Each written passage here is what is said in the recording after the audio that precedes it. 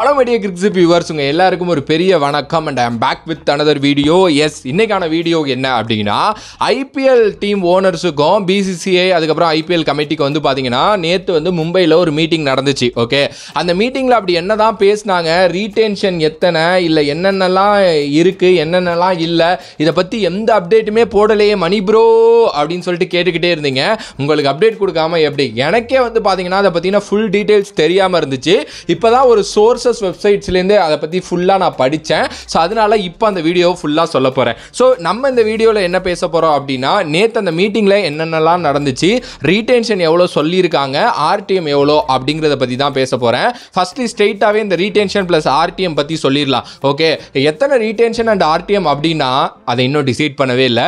என்ன ப்ரோ சொல்கிறீங்க, மீட்டிங்கே முடிஞ்சிருச்சு டிசைட் பண்ணலை அப்படின்னா, எஸ் மீட்டிங் முடிஞ்சிருச்சு, ஆனால் இதை டிசைட் பண்ணாமல் வச்சிருக்கிறதுக்கான காரணம் என்ன அப்படின்னா, ஆகஸ்ட் அதாவது இந்த மந்த் இன்னைக்கு 1ஆம் தேதி இல்லையா, இந்த மந்தோட எண்டில் இன்னொரு மீட்டிங் இருக்கு.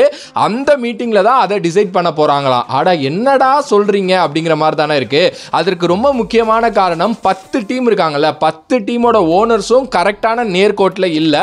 ஒவ்வொருத்தங்க ஒவ்வொரு ஒப்பீனியனை கொடுத்துக்கிட்டு இருக்காங்க. அதனால தான் இந்த டிசைடிங் ஃபேக்டர் அப்படிங்கிறது தள்ளி போய்கிட்டே இருக்கு.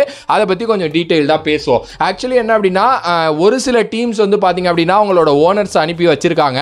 ஒரு சில பேர் வந்து பார்த்தீங்கன்னா வீடியோ காலில் வந்திருக்காங்க. லைக் அம்பானிஸ்லாம் வந்து பார்த்தீங்கன்னா வீடியோ காலில் தான் வந்திருக்காங்க.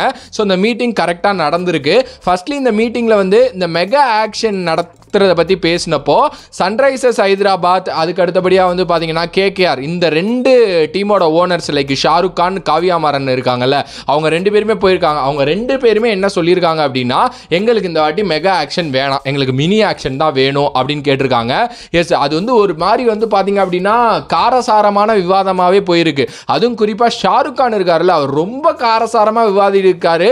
எனக்கு வந்து இந்த வாட்டி மினி ஆக்ஷன் தான் வேணும், நாங்கள் வந்து நல்ல ஒரு டீமை எடுத்து வச்சிருக்கோம், எப்படி விட முடியும் அப்படின்னு தான் 2 பேரோட லைக் பதிலாகவும் இருந்திருக்கு. அவங்க 2 பேரும் தான் ஃபைனல் விளையாண்டாங்க டீம்ஸ், நீங்கள் பார்த்துருப்பீங்க. ஸோ அவங்க எக்ஸாம்பிள் கூட காவியா மாறன் சொல்லியிருக்காங்க, அபிஷேக் சர்மாங்கிற ஒரு பிளேயரை 3 வருஷமாக நாங்கள் உருவாக்கிக்கிட்டு இருக்கோம். இப்போ மெகா ஆக்ஷன் மாதிரி ஒன்று வந்துச்சுன்னா நாங்கள் எப்படி அந்த பிளேயரை விட முடியும்? ஸோ இது மாதிரி நிறைய பிளேயர்ஸ் எங்கள் டீமில் இருக்காங்க, எங்களுக்கு மெகா ஆக்ஷன் வேணாம், எங்களுக்கு மினி ஆக்ஷன் கொடுங்க, ஸோ ரீடென்ஷன் 8 கொடுங்க, ஆர்டிஎம் 8 கொடுங்க அப்படின்னு சொல்லிட்டு எஸ்ஆர்கேவும் கேட்டிருக்காரு, ஷாருக் கானும். ஓகே, இதுவே வந்து பார்த்தீங்கன்னா அங்கே இருக்கிறவங்களுக்குள்ள ஒரு மாதிரி விவாதமாக போயிருக்கு. குறிப்பாக வந்து டெல்லி கேபிட்டல்ஸோட ஓனருக்கும் ஷாருக் கானுக்கும் ஒரு பெரிய டிபேட்டே நடந்திருக்கு. இதனால Delhi Capitals, LSG, Punjab Kings இந்த மாதிரி 3 டீம்ஸும் என்ன கேட்டிருக்காங்கன்னா, எங்கள்கிட்ட பெருசாக நல்ல பிளேயர்ஸ் இல்லை, எங்களோட டீமை நாங்கள் வந்து ரீக்ரோ பண்ணியே ஆகணும், ஸோ எங்களுக்கு வந்து மெகா ஆக்ஷன் தான் தேவை, ஸோ நீங்கள் வந்து பார்த்தீங்க அப்படின்னா தயவு செஞ்சு எங்களுக்கு மெகா ஆக்ஷன் கொடுங்க அப்படின்ட்டு அந்த ஒரு 3 டீமும் அப்ரோச் பண்ணியிருக்காங்க. சிஎஸ்கே என்ன ப்ரோ பண்ணாங்க அப்படின்னா, அங்கே இருக்கிற மிக்சரை தின்னுட்டு அமைதியாக எங்களுக்கு மெகா ஆக்ஷன் வச்சாலும் சரி மினி ஆக்ஷன் வச்சாலும் சரி எங்களுக்கு எந்த பிரச்சனையும் இல்லை அப்படிங்கிற மாதிரி தான் அவங்க உட்கார்ந்துருந்துருக்காங்க. ஆனால் ஷாருக் கானோட விவாதம் தான் பெருசாக பேசப்பட்டுச்சு அப்படிங்கிற மாதிரி வெளியில கிரிக்ஸிப்புக்கு வந்து கிரிக் பஸ்ஸுக்கு வந்து ஒரு மீடியா ரிப்போர்ட்ஸ் கிடைச்சிருக்கு.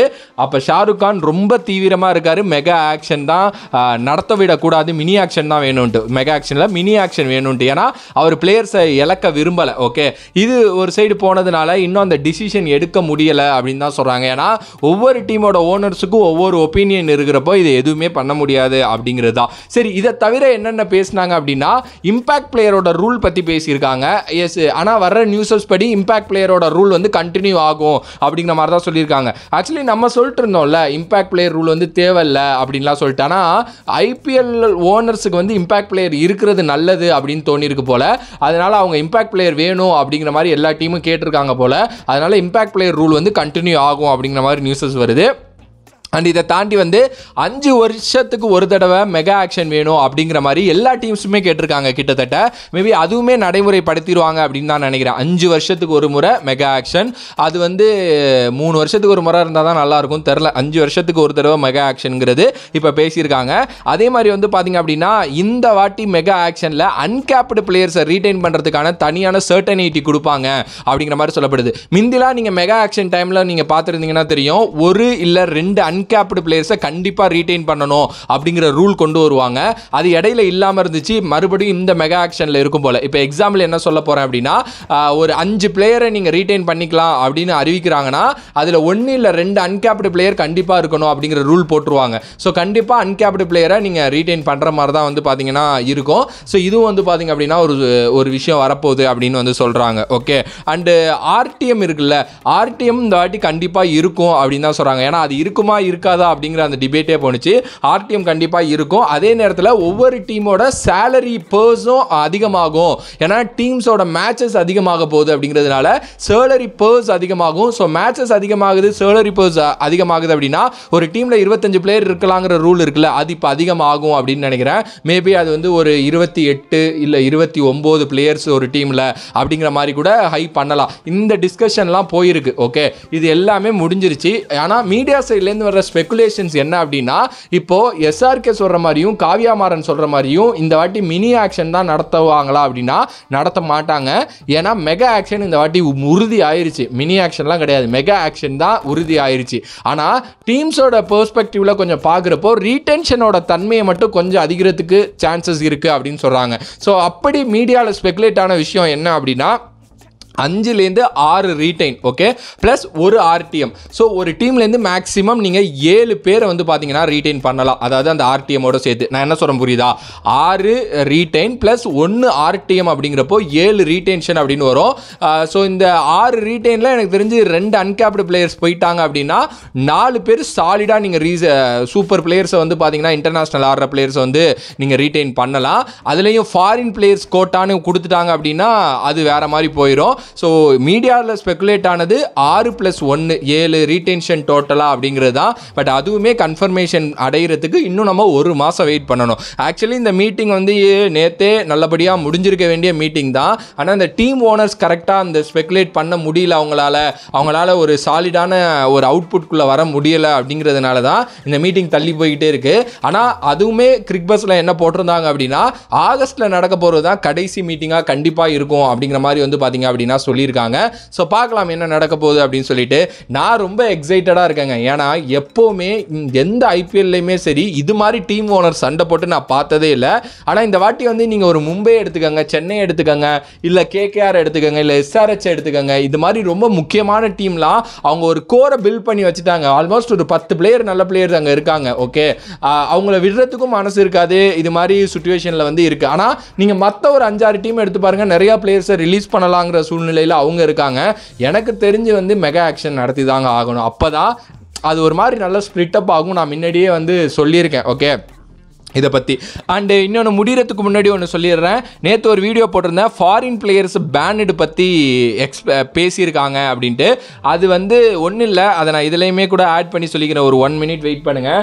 சிம்பிள் என்ன அப்படின்னா, இந்த ஒரு சில பிளேயர்ஸ் எல்லாம் வந்து ஆக்ஷனில் வருவாங்க. இப்போ எக்ஸாம்பிள் வந்து வன்னிடு ஹசரங்கா. இந்த எக்ஸாம்பிள் நான் சொல்லலை, காவ்யா மாறன் தான் பேசியிருக்காங்க. இதை காவ்யா மாறன் வன்னிடு ஹசரங்காவை வச்சு தான் பேசியிருக்காங்க. என்ன சொல்லியிருக்காங்க அப்படின்னா, இப்போ நாங்கள் வன்னிடு ஹசரங்காவை 1.5 கோடிக்கு எடுத்தோம். அது ஒரு ஸ்டீலான ஒரு இதுன்னு உங்க எல்லாருக்குமே தெரியும். ஆனா அவர் வராதுக்கான ரீசன் வந்து இன்ஜூரி அப்படின்னு சொல்றாங்க. ஆனா இன்ஜூரி கிடையாது.